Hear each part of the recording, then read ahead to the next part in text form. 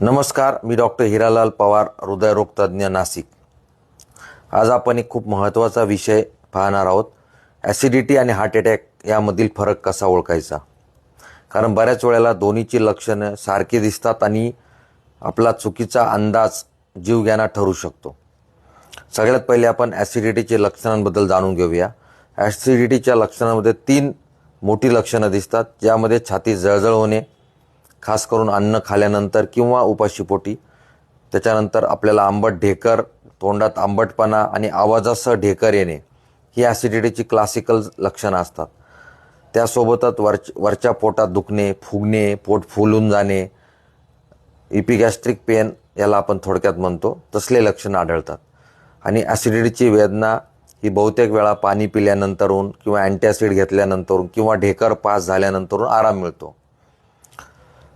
आता हार्ट अटॅकचे लक्षणं आपण बघूया. हार्ट अटॅकच्या लक्षणांमध्ये छातीच्या मध्यभागी दाब, जडपणा किंवा चिरडल्यासारखी वेदना होते.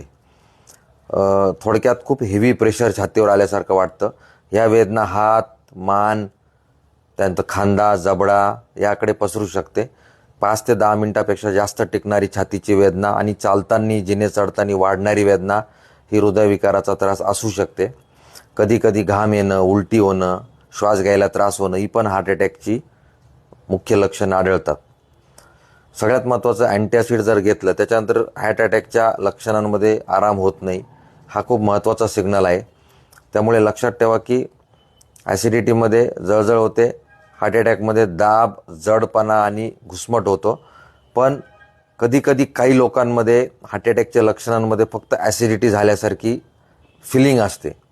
त्यामुळे ह्या दोन्ही लक्षणांमध्ये खूप गोंधळ उडतो आणि कधीकधी जो वेळ असतो तो आपला वाया जातो. म्हणून छातीत डिस्कम्फर्ट 10 मिनिटापेक्षा जास्त टिकला, त्याच्यासोबत श्वास घ्यायला त्रास, घाम किंवा डावा हात दुखत असेल तर ही ॲसिडिटी नसून कार्डिॲक इमर्जन्सी असू शकते. आणि त्यामुळे आपल्याला अशा वेळेस या गोष्टी हलक्यात न घेता आपण त्वरित हॉस्पिटलमध्ये जाऊन ECG करून घेणं गरजेचं आहे. कारण तुम्ही जर ECG केला तर डायग्नोसिस पटकन होतं. त्यामुळे छातीतील वेदना हलक्यात घेऊ नका. ॲसिडिटी आणि हार्ट अटॅकमधील फरक समजून घ्या आणि वेळेत उपचार घ्या. धन्यवाद.